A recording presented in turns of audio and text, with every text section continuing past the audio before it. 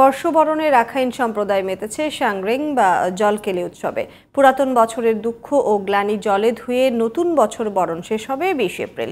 উৎসবটি রাখাইনদের হলেও কালক্রমে এটি কক্সবাজারের মানুষের ঐতিহ্যবাহী সংস্কৃতির অংশ হয়ে উঠেছে, পরিণত হয়েছে সম্প্রীতির বন্ধনের মিলন মেলায়। কক্সবাজার প্রতিনিধি ওমর ফারুক হিরোর রিপোর্ট, জানাচ্ছেন রাহনুমা সারা।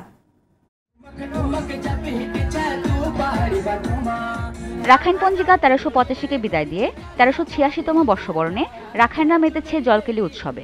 উৎসবে নানা বয়সের মানুষ ঢাকের তালে নাচ গান ও শোভাযাত্রার মধ্য দিয়ে এক প্যান্ডেল থেকে অন্য প্যান্ডেলে যায়। এরপর শুরু হয় জলকেলি। কালের পরিক্রমায় জাতি ধর্ম নির্বিশেষে এটি পরিণত হয়েছে সামাজিক উৎসবে। থাংরাইয়ের মাধ্যমে পানি খেলার মাধ্যমে নতুন বছরকে স্বাগতম জানাই। জলকেলির আগে মন্দিরে যাই, উপাসনা করি, পানি ছিটাই আর গুরুজনদেরকে শ্রদ্ধা করি। আমরা যেখানে থাকি না কেন সবাই পালন করে। যারা এখানে আসছেন আজকে সকলকে শুভেচ্ছা জানাচ্ছি। এদের আন্তরিকতা দেখে আমি সত্যিই সৌভাগ্যবান মনে করছি। কক্সবাজারে আগত পর্যটক সহ সবার অংশগ্রহণে উৎসবকে রাঙিয়ে দিতে সবসময় পাশে থাকার কথা জানালেন পৌর মেয়র। প্রতিবারই আমরা পৌরসভা থেকে বিভিন্ন সহযোগিতা করে থাকি। বাংলাদেশের একটা সৌহার্দ্যপূর্ণ অবস্থানে সবাই যার যার উৎসব পালন করুক এবং আনন্দের সাথে পালন করুক। জেলা প্রশাসক জানান, সরকারের পক্ষ থেকে সার্বিক সহযোগিতার জন্য সাংস্কৃতিক কেন্দ্র সবসময় কাজ করছে।